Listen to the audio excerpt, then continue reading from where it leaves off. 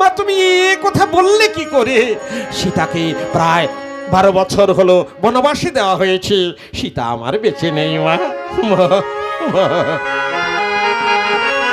সীতা বেঁচে নেই। সীতা বেঁচে নেই। সীতা যদি বেঁচে থাকতো মা গো, সে ছুটে আসতো, আমার চরণে লুটিয়ে পড়তো, সে কোনো বাধা শুনতো না। সীতা বেঁচে নেই মা। বাবা, আমি যে স্বপ্ন দেখেছি বাবা, সে যে বেঁচে আছে বাবা।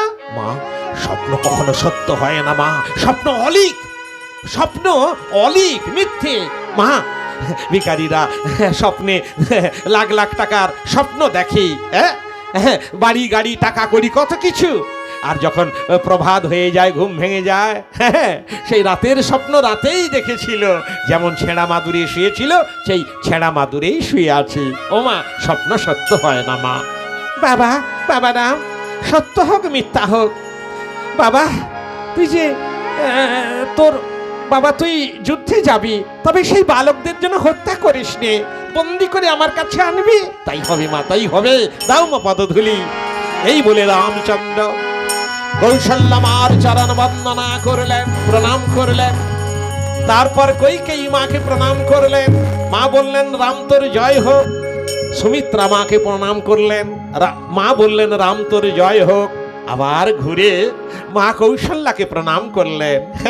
আর একবার তো মা কৌশল্যা বললেন, বাবা রাম, মা ওরা তোর বিমাতা, তোর জয় হোক বলে আশীর্বাদ করলো, আমিও তোর জয় হোক বলে আশীর্বাদ দিই। হ্যাঁ নিশ্চয়ই, তুমি তো নিশ্চয়ই আমার সর্বদা জয় দিবেই, দিতে বাধ্য, দেবেই একেবারে।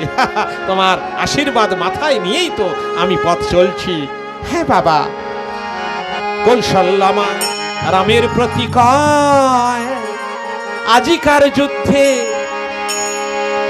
সেই যেন বালকের জয় হয়। মা, মা, ও মা, আজ তোমার কি হয়েছে মা? তোমার মাথা কি খারাপ হয়ে গেছে?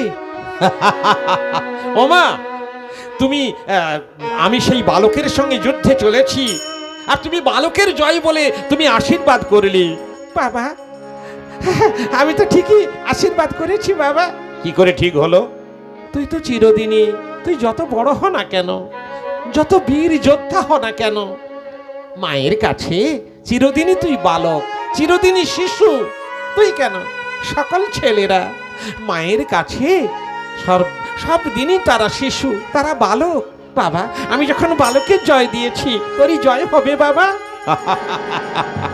আচ্ছা আচ্ছা ঠিক আছে, তোমার ওই পেঁচালো পেঁচালো আশীর্বাদ। মা কিন্তু মনে মনে লবকুশেরই জয় দিচ্ছেন, আর বাইরে রামকে সান্ত্বনা দেওয়ার জন্য বলছে তোরই জয় হবে বাবা।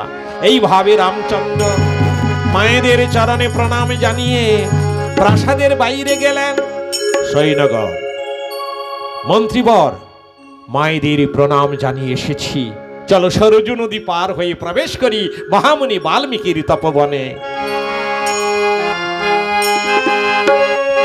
সরযূ নদী পার হয়ে প্রবেশ করলেন, আর রাম সৈন্যগণ রাম জয়ধ্বনি দিতে দিতে চলেছে। হ্যাঁ।